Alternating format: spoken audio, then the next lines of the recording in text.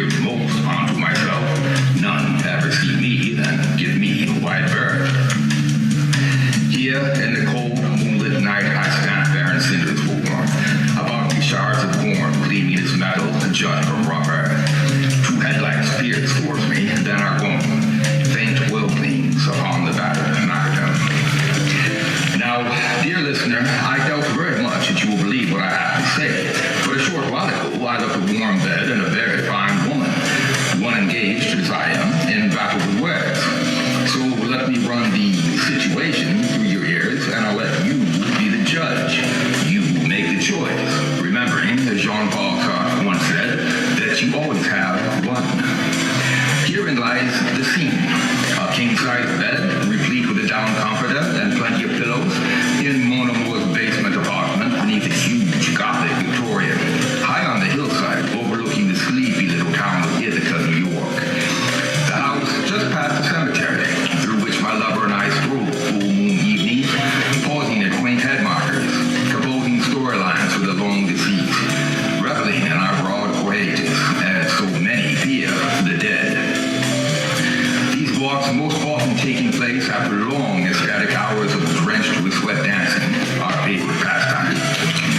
Now again, dear listener, one must take pause as the situation demands that you recall and imagine said ecstatic dancing. Waves of universal shabda vibrating your very essence as you and your partner recreate mystery. And if you've never felt said matter, why leave right now an experience that said evidence is most essential to understanding your poem of choice. As for my partner and myself, we have nearly perfected the art of movement through the new wave chorals of our favorite band. One from somewhere else, but now local, like us, are being together again after self-imposed absence having inspired us to further endeavors. Mon Amour and I have arrived at said bedside, having said little, this time, on the way.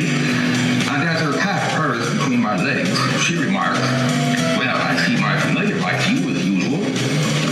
Furthering my puzzlement, does she think herself a wicked witch from whom I should draw back? Or is she jealous of my communication and envy ill-founded and mistaken in nature? Still, I dismiss the remark as nothing but loose ends since our last meeting several weeks back. Both of us having been awash in brooding work, myself seemingly chained to my workbench, spot lamp on a silent typewriter. Aside from basketball league, my only respect having been a very boring graduate school drinking party. Our teacher host, drunk gallantly holding forth, the hunched-shouldered, rat-eared, stew-eyed students, hugging the walls in nervous clusters, occasionally rising to dart an annoyed glance that said teacher host back, then bobbing back amongst the safety of the herd to discuss the latest in academic writers, i.e. how so-and-so is far superior to, say, Julio Cortázar, who simply become outmoded, his stories all deconstructed down and signifying nothing. The type of party that, despite the mandatory nature of its attendance, makes myself, stepping into character, that is, makes me almost wish I were some misanthrope like Mark Twain, maneuvering one's cast of characters into bottomless woodchuck holes. Obviously, then, not the most romantic mode to bring to Mon Amour for our encounter. My complete and thorough disenchantment with said infamous graduate school, having dropped, so to speak, so that now, with her, I'm at pains to make amends, tugging her back onto the bed, her head upon my arm in the way I love to watch my woman sleep, such peaceful breathing, her cheek glowing with our lovemaking. But now, seeing her distracted moodiness, her eyes twitching away from me, the intimacy of our dancing replaced by something else, I tease her with kisses. She resists, annoyed, until I trace her breast with my tongue, feeling the taste of her sweat, her long nipples tensing for release beneath the cumbersome bra, at her asking now her soft breast falling free. Coolin's reminder, after his war fury, of what's really important in life. Finally, her hands gripping my hair in spastic rhythm, urging me lower as kisses rain upon her sweet stomach. She begs pause and quickly strips jeans and panties. Taking my time, I kiss the smooth insides of her wonderful dancer's legs, her tasting her magnificent lotus-shaped cunt, spreading gentle joy, her skin tensing and fluttering like doves taking flight. Then again, and a mystical third time. My hands cupping her Parisian derriere, feeling her satiation through her skin, made thick and impervious as an elephant's through a tantric orgasm. And then, dear listener, to mine eyes' despair, seeing her eyes open and, perhaps to my overworked and fevered imagination, register a slight startlement at seeing my head between her legs, i.e. not her supposed ex, a precious wimp of a puer, always conniving to steal my comfort.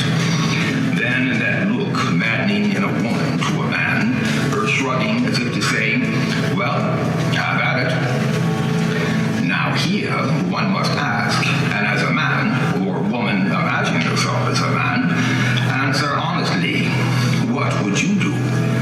Take your pleasure? If so, my heart grieves for you as pleasure cannot be taken, only granted, even though the fool knows otherwise.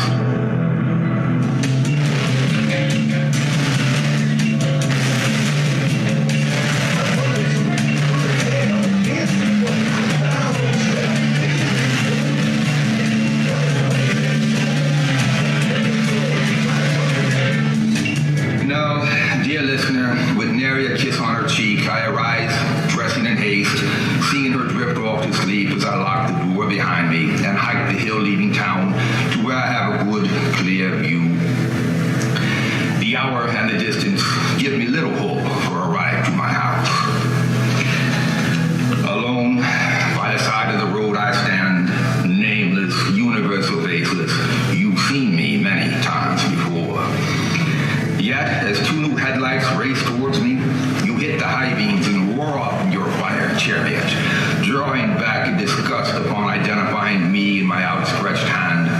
Inside your truck, the heat blast beneath the pressed cardboard dash, a poppy-curled hand turns up the radio, blaring that music peculiar to our area. C&W,